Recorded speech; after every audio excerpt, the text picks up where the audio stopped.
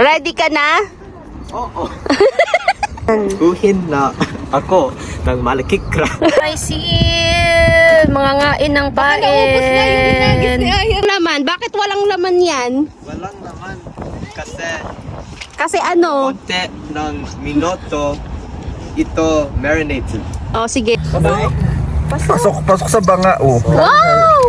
Don't touch this one, ha? Don't touch this one. Put it back na, put it back.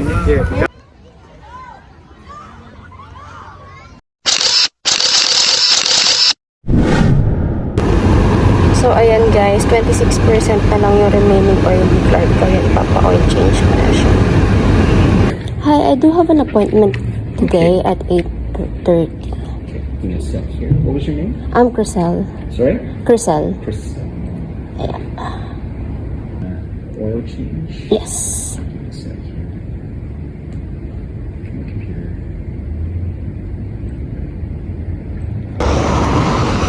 So, ayan guys, si Clark, iiwan muna natin siya dyan. Ito yun sa may fountain tire good here. Yan, dyan ako nagpapa-oil change and all. So, mag-walkatan tayo pa uwi, of course. Hi everyone, Crisel here and welcome to another video. So for today, change oil appointment ni Clark, and as what you can see right now, I'm walking kasi hinatid ko na si Clark dun sa pag-change oil and ano daw, basta dun sa fountain tire. Dun ko kasi pinapa-change oil si Clark. So hinatid ko na siya, and for the walkathon ang tita niya ngayon. Ayan, so malapit na ako sa bahay. Actually, it's 1.5 kilometer lang naman ang layo nun sa amin. So, around 20 minutes walk. And, ang masaklap kasi kahapon, puro walking na kami. Like, 12 hours puro walking. Parang gano'n. Hindi naman continuously 12 hours walking. Parang, basta namasyal kasi kami kahapon. And, ngayon, walking na naman. Hindi naman ako nagre-reklamo kasi hindi naman ako lagi nag-exercise ng walking. Share ko lang naman.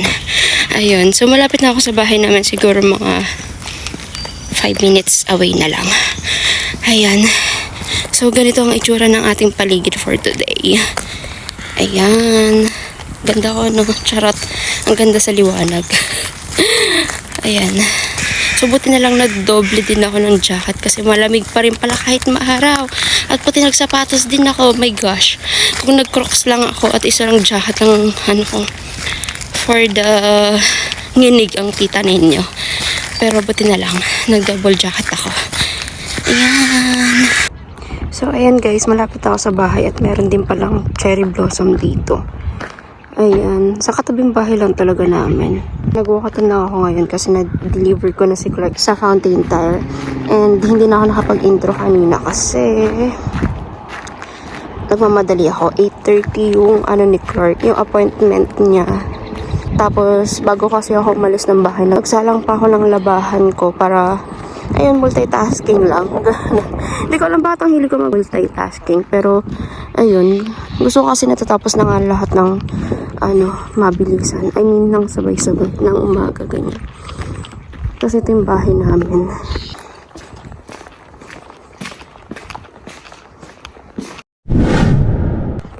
Hi everyone, so ayan, naglalakad na ulit tayo pabalik. Kukunin natin si Clark. So ito, may maliit na park dito. Malapit sa bahay namin. Like as in, napaka-close lang. And may cherry blossom. Ayan, maganda ng cherry blossom. Ganda.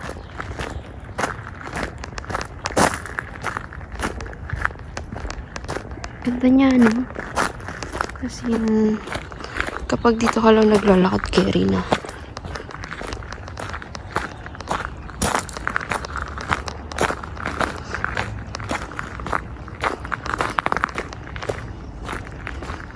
Nice. So, ayan na si Clark. Magpupunta na tayo dito. Ay. Pakuha na ulit natin si Clark.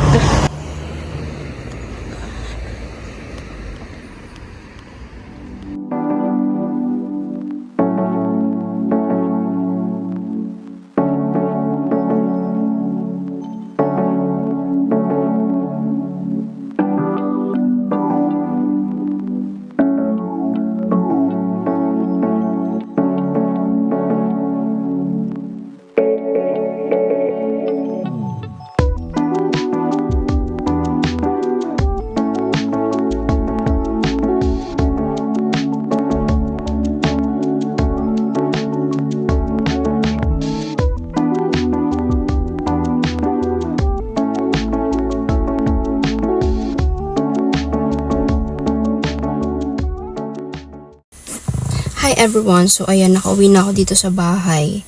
Nakuha ko na si Clark at ito yung binayaran natin sa kanya. So ang binayaran natin sa kanya ay $160.55.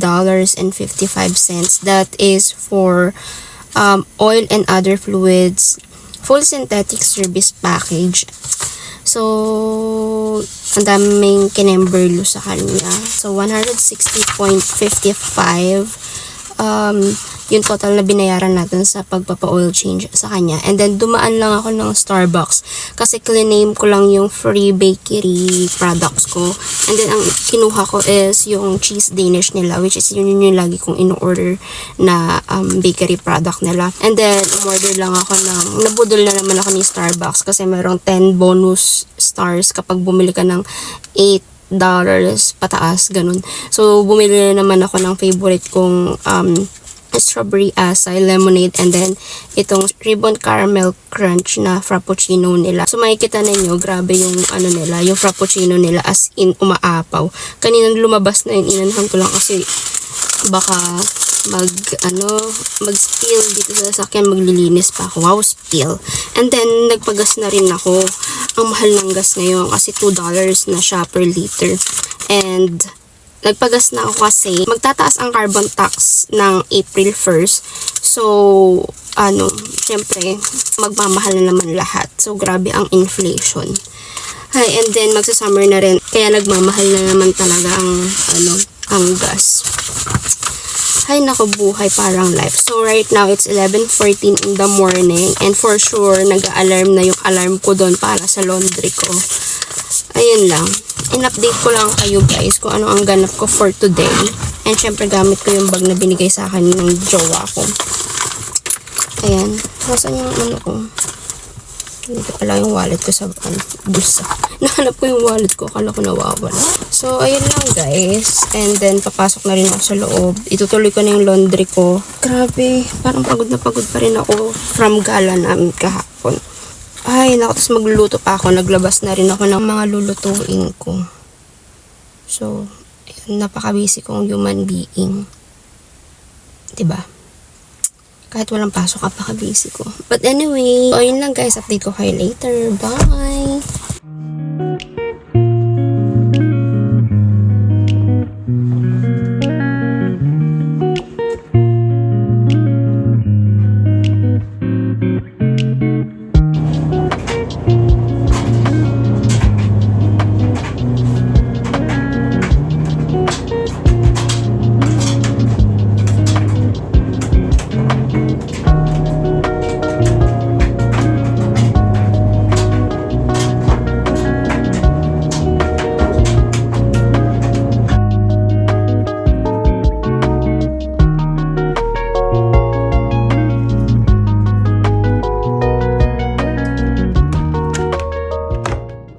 Hi everyone! So, ayan.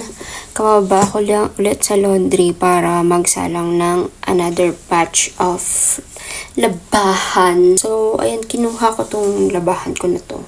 Kinuha ko na rin yan. And dun tutupiin na rin yan. Ayan. Kung nakikita nyo. Gabundok ang nilabahan. Ayan. So, meron pa akong nakasalang sa dryer na mga puting damit. Tapos, nakasalang naman sa washing yung bed sheets. And then ngayon, mag-aayos ako ng bed. Grabe, tinang itsura ko. Nagtanggal lang ako ng cup kanina pagka-uwi ko. Gantang itsura ng buhok ko. Ano ba yan? So, for the palit na naman tayo ng ating beddings. Ay, actually, naayos ko na tong fitted sheet niya. Tapos, ito na lang, flat sheet. And then, mga pillowcase. And yung kumot kasama sa labahan. Mas gusto ko kasi yung kumot na yun. So, isa lang yung ginagamit kong kumot. Wash and wear. Ganun.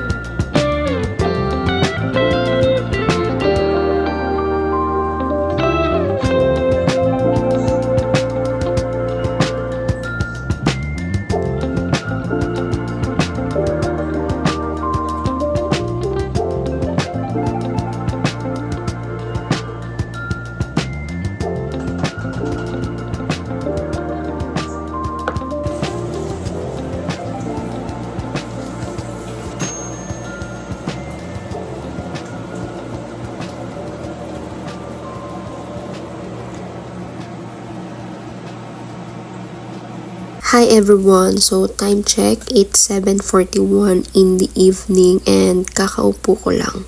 Literal, nakakaupo ko lang. Kasi after ko maligo, nagligpit pa ako dito. Tinupi ko yung mga last batch ng nilabahan ko. And then yung mga beddings, ayan. And nagligpit pa ako ng mga kalat dito sa kwarto. So, productive ng natin ngayon, ng araw natin ngayon, from 7:30 in the morning hanggang 7:40ish in the evening, kumikilos tayo. So like 12 hours, 'di ba? So sobrang napagod talaga ako, kaya baka bukas na ako mag-vacuum kasi feeling ko hindi ko na talaga kaya. But anyway, ayun, i-end ko na yung vlog ko dito kasi mukhang mahaba na rin itong vlog na to. This is basically a day in my life na walang pasok. Thank you for watching this video, guys. If you like it, just give it a thumbs up. Or if you're new to my channel, just click the subscribe button and the bell button beside it to be notified whenever I post a new video. So see you again, guys, on my next vlog. Have a great day ahead and bye. Peace out. God bless us all. And mwah.